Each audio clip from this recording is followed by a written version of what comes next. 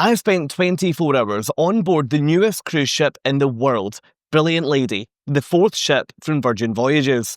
I was invited to board Brilliant Lady for a media preview event where we would tour the ship, spend a day sampling everything she has to offer, and then even spend an overnight on board. After that, she would make her way across the Atlantic to the US, so this was a great opportunity to get on a brand new ship before she even launched to the public. This was the first media preview of a new ship that I'd ever been invited to, so I was really excited to see how this would all work, in addition to, obviously, being really excited to see the ship too. With it being a media event, there were loads of events scheduled all through the day and well into the night, designed to offer a real glimpse into what cruising with Virgin Voyages is like. Previously, I've cruised on every other ship in the Virgin Voyages fleet. I took a short cruise on Valiant Lady from the UK back when she was launched. I then took a longer transatlantic on her 2 years ago. During the same year as my transatlantic crossing, I tried a 4-night cruise on Scarlet Lady out of Miami, and I also tried Resilient Lady, but that time over in the Adriatic. So I have sampled the Virgin product on a range of different ships, on a total range of different itineraries, so I was very excited to see how Brilliant Lady would stack up against all of her fleet mates. Before I boarded the ship, I knew that this media preview wasn't going to compete with any of my previous cruises from an itinerary point of view, due to the fact that we wouldn't even be leaving the dock at any point. The ship would stay entirely attached to the dock for the entire time that I was on board. I'd heard through the grapevine that this cruise ship was going to have some pretty major differences compared to the rest of the fleet, and to be honest, I was excited to see if that would materialise. One of my biggest criticisms of all of the Virgin Voyages cruise ships is that they're more or less the same, and while that does have some real advantages, for example, the ships will feel really familiar if you've cruised on them before, I think that approach has also got some pretty significant drawbacks. For me personally, it was my recent cruise on board Resilient Lady that highlighted one of the big downsides to having such similar ships. With that being my fourth Virgin Voyages cruise, I didn't really feel any real excitement of exploring a brand new cruise ship at the start of my cruise, despite the fact I'd never been on there before. We'll come back to this later in the video when we look at how Brilliant compares. I boarded the ship in Portsmouth in England, a port that's welcomed all of the other ships in the Virgin Voyages fleet. I've actually cruised from here before, on board Valiant Lady, and it did feel strange making our way through the terminal here, but having no end destination other than the cruise ship. We knew that we were boarding the ship to actually not go anywhere. It was very strange. I was invited to bring a +1 with me for this event, and so I chose to bring my mum. We don't get to spend a huge amount of time together at home due to the fact that we live over 5 hours away by car. So this event gave me a great opportunity to not just spend a bit of time with my mum, but also show her a very different cruise experience, because I did think Virgin Voyages may not have been what she was used to. Once we got onto the ship, we headed straight to our cabin, which was what Virgin call a sea terrace cabin on deck 14. For anyone that's not familiar with Virgin Voyages terminology, a sea terrace cabin is what other cruise lines would call a balcony cabin. I've cruised in this type of cabin before, on board Resilient Lady, but the big difference with sharing this room with my mum was that the beds were set up as an L-shaped twin. I hadn't seen an L-shaped twin format in a cruise ship cabin before, but we both really liked it. Not only did the room feel much bigger due to the fact that one of the beds was running along the wall on the side rather than protruding out into the room, but it also felt much more private than when we previously stayed in twin rooms. If you think about it, in a standard twin room, when you wake up, there's a pretty high chance that one of the first things you'll see is the other person who's lying in the bed alongside. However, when the beds were set up as an L shape, the first thing I would see was the wall at the end of my bed, which had the television on it, and the first thing my mum would see was the wall at the far end of the cabin because she was facing the other way. That said, you're still in a twin room, so there's no groundbreaking levels of privacy here with this layout, just a little bit more than what we've seen previously in hotels. One thing that I really appreciated in this cabin was the curtain that served to hide the wardrobe area. I've previously criticised my cabins on Virgin ships for having such a thin curtain that meant I'd still have to look at my clothes every single time I entered and also left my cabin, but not anymore. It's such a small but also really good example of a cruise line actively listening and trying to change, so a big thumbs up from my side on that one. I loved the novelty of being among the first people to ever spend a night sleeping in this cabin. I did wonder if anyone had ever slept in this bed before. The room felt exactly the same as my cabin on Resilient Lady did, but one place that I did notice how new it was in the bathroom. When I took my shower, it took me multiple pumps to get anything out of the shampoo, the body wash. Everything in there was completely brand new, and the liquid hadn't even made its way from the bottle to the top of the dispenser yet. Okay, that might be a very small touch, but I honestly absolutely loved that. Our cabin did have a balcony outside. We knew that we wouldn't be spending a huge amount of time out here because we had a pretty busy day ahead, but I'm delighted to report that I did manage to get my mum into that hammock, and you know what? She seemed to actually really enjoy it. I think she could probably imagine herself sitting out there in the Caribbean with a glass of wine, rather than overlooking Portsmouth. But to be fair, it was a sunny day, so we really can't complain. Once we were checked into our cabin and settled for the day, we headed to the Manor, which is a multi-use venue down on deck number 6 of the ship. At night, this place turns into the Onboard nightclub, but during the day it's used for all different styles of entertainment. We were there to see Murder in the Manor, which is a brand new show that's been designed specifically for Virgin Voyages. I won't give anything away from the storyline here, but let me tell you a little bit about how the show worked and also how the venue performed. The show was dubbed as an immersive show, which usually would make me run upstairs to get well out of the way in order to avoid being picked out of the crowd and taken up onto the stage. We ended up sitting pretty close to the front, and so I was absolutely delighted when no audience members were taken onto the stage at any point. What impressed me most about this show was how obvious it was that it had been custom designed for the Manor as a venue. I guess this is one of the huge benefits to the venues across the fleet being the same. They can even hone in on these individual spaces to theme the shows way better than they could if every theatre on every ship was different. The cast were constantly moving between the audience and back onto the stage, and they had some absolutely unbelievable aerial artists involved in the show too.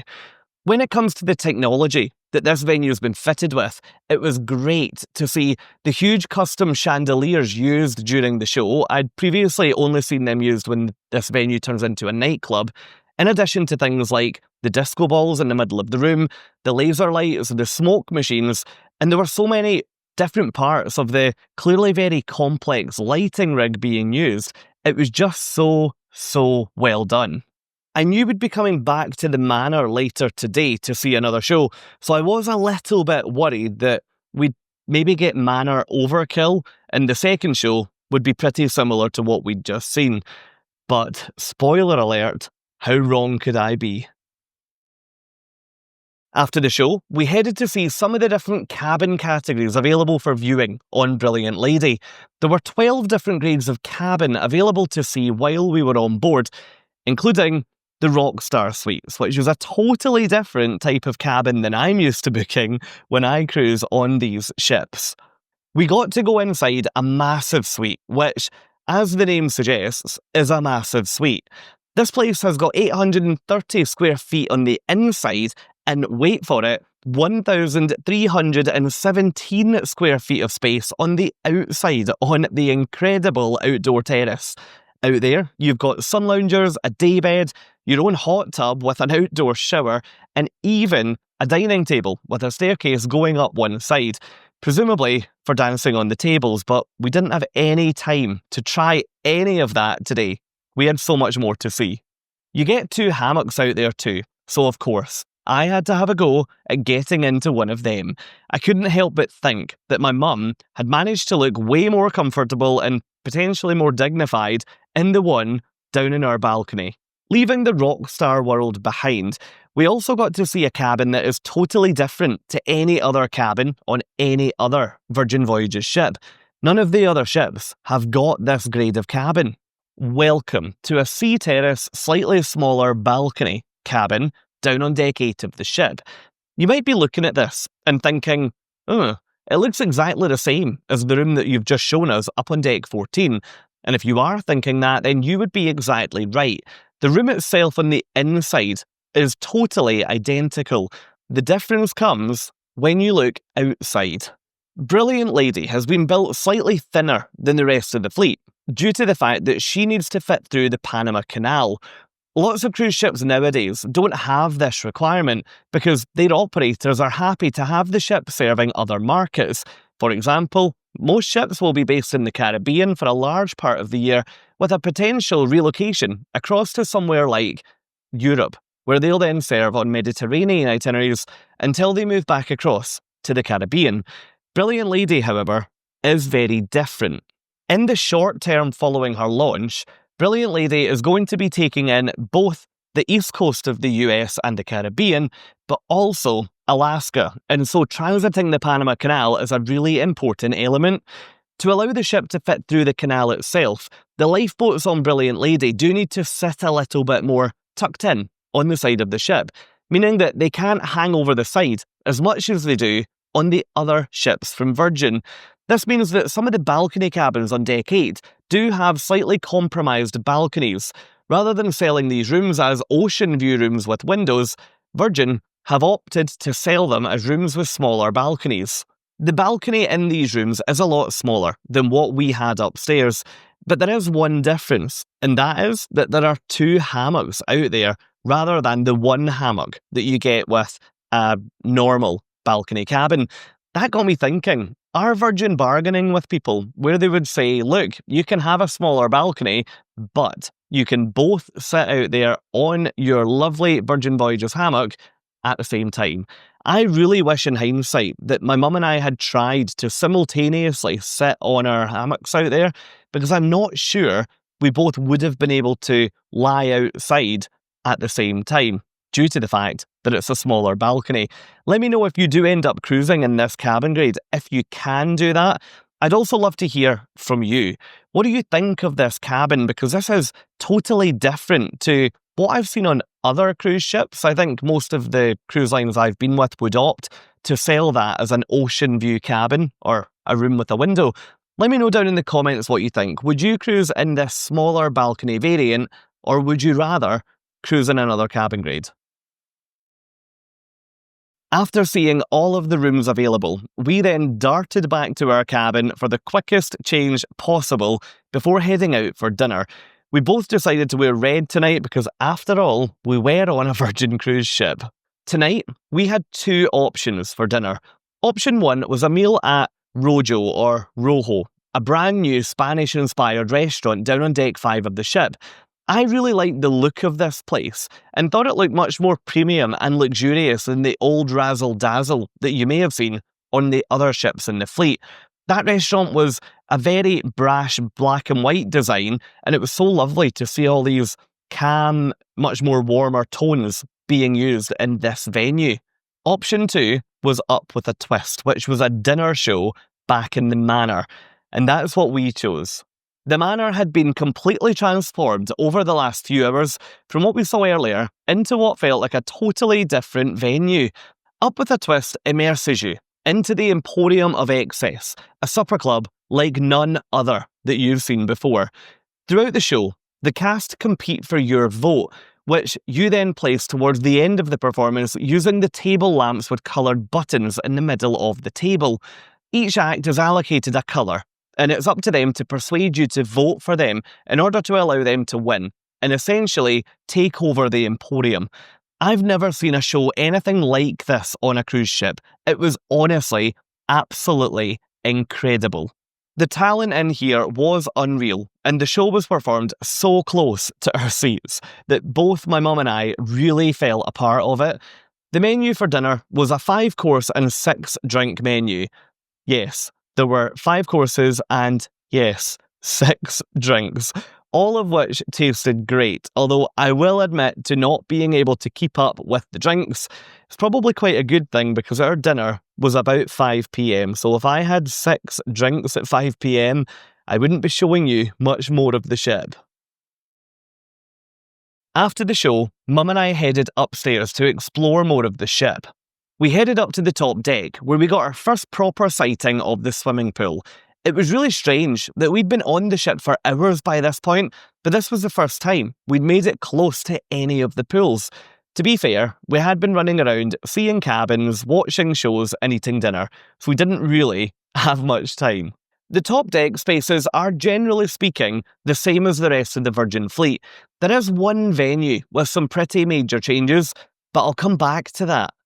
This was my mum's first time seeing the top deck of a Virgin cruise ship, and she was really, really impressed. I, of course, had to do the incredibly British thing of testing the water temperature as I walked past, and I was delighted to report back that it was nowhere near as cold as I had expected it to be. When I'm on holiday, I always embrace the saying that the water temperature will be fine once you're in, but in all honesty, the temperature here would have been fine for me to get in right there and then. It's probably a good thing that I was dressed for the night, because there's no way that I was jumping in that pool fully clothed. Before long, it was time to check out the manor again, this time to see what the Onboard nightclub looked like in there. Now, the nightclub is never really my scene, so we didn't spend too long in there, but it was great to see so many people enjoying it and so many people having what appeared to be a great time. It was so cool to be going to bed on a cruise ship that had so few other people on it. Even walking around the ship before going to bed at night was so surreal. It felt at times completely impossible to find another person anywhere on board, which was a really rare feeling on a modern day cruise ship. I knew that with the ship so quiet, the chances of me being woken up by noisy neighbours was pretty minimal. So we headed back to our cabin to get our heads down and get some sleep, ahead of what was going to be an early wake-up call to capture as much of this cruise ship in daylight hours as we could, before we had to disembark after breakfast. The following morning, we woke up early to get out and capture some more of the ship before leaving and heading home. I absolutely loved being able to lie in bed and open the curtains, which didn't feel overly adventurous when it revealed the same view that we had seen before we went to bed last night, but I'd imagine this would be awesome in places like the Caribbean or Alaska. Can you imagine what some people must see when they hit that button and look outside? I had 2 venues on my agenda this morning, the Athletic Club and Richard's Rooftop. The latter is somewhere that I've never managed to get into on a Virgin cruise, so that was first on my list. Richard's Rooftop is the suite-only area up at the front of the ship on deck 16.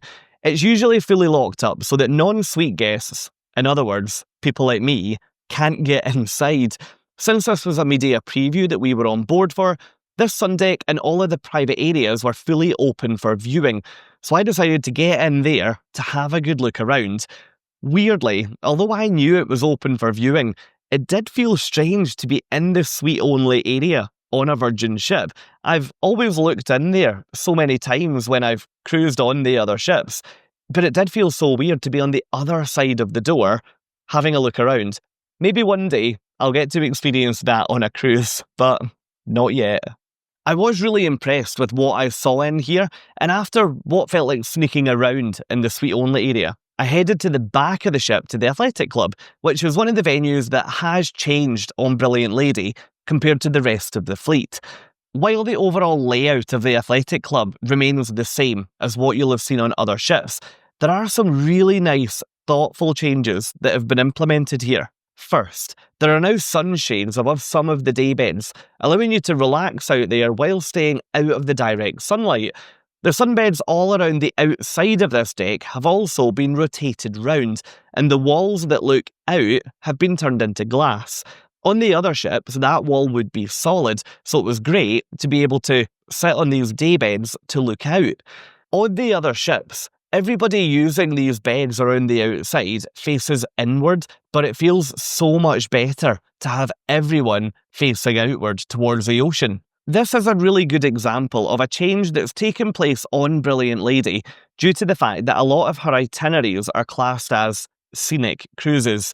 I would like to see these changes rolled out across the rest of the fleet, because while, okay, the other ships are not planning to go to places like Alaska right now, they are cruising in absolutely stunning parts of the world, and I love to be on a cruise, lying on a daybed or lying on a sun lounger, looking at even just the ocean. So I would love to see these changes get rolled out further. On this note, let's talk briefly about just how different this ship really is to the rest of the fleet. Although there are some clever tweaks design-wise on this ship, I'd say that it is very similar to the others. And in fact, less experienced cruisers, or maybe less observant people, might even not really notice some of the changes. While this is great from a ship familiarisation point of view, I do think it would be really exciting for Virgin to come back into the market with something truly innovative yet again, with another game changer of a ship. Another example of the subtlety of some of the changes would be in the roundabout. The roundabout on a Virgin Voyages ship is widely considered to be the heart of the ship, and it essentially replaces what would be a traditional atrium on most other cruise ships. On Brilliant Lady, there have been some changes made to the design of the upper level of the roundabout, including the Draft House beer bar becoming a much more open affair. New snug areas have been added to the other side of the roundabout, offering more seating options, and also allowing those taking advantage of Virgin's Work from Sea programme to relax, hang out, and get some work done. Yes, you did hear me right, Virgin's Work from Sea programme, but we're not going to dwell on that right now. Let's keep moving. So, Brilliant Lady. Did I think she's really all that brilliant or wholly predictable? In all honesty, this ship is absolutely beautiful. Yes, I think it would be really great for Virgin Voyages to launch a ship that's nothing like the others that they've designed up until now, but there are a few things that people, including me, just need to remember. First, Virgin Voyages haven't been on the scene all that long. In fact, Scarlet Lady, their first ever cruise ship, only took her first cruise in 2021. Second, it's very clear that Virgin Voyages as a cruise line are learning, and they are actively refining the core product that they offer. It could potentially be considered quite foolish of them to suddenly wipe the slate clean and bring out an entirely new cruise ship before they've refined the product that they're working so well on at the moment. What I think is absolutely excellent, and it's one of my most positive takeaways from this media event, is the fact that Virgin Voyages are obviously listening to and responding to passenger feedback, from little tiny touches like the thicker curtain in my cabin at the wardrobe area, or the slightly larger touches like the tweaks up in the athletic club. It is so clear that Virgin Voyages are listening to people and they're actively trying to improve, which, as far as I'm concerned, gets so much respect from me, because I've seen so many cruise lines out there either not listen to feedback or allow it to fall on what looks like deaf ears. So a massive thumbs up from me on that one. I really hope you've enjoyed seeing what a media event in Portsmouth in England looked like on board Brilliant Lady. If you have, then please do support my channel by clicking that subscribe button and coming with me on so many more. Now that you've looked at a media event, why not come and see what it's like to actually cruise with Virgin Voyages through my eyes? Over on my Virgin Voyages playlist, I have got so many videos from all of my cruises to give you a flavour for what life on board is like. Thank you so much for watching, and I'll hopefully see you in another video.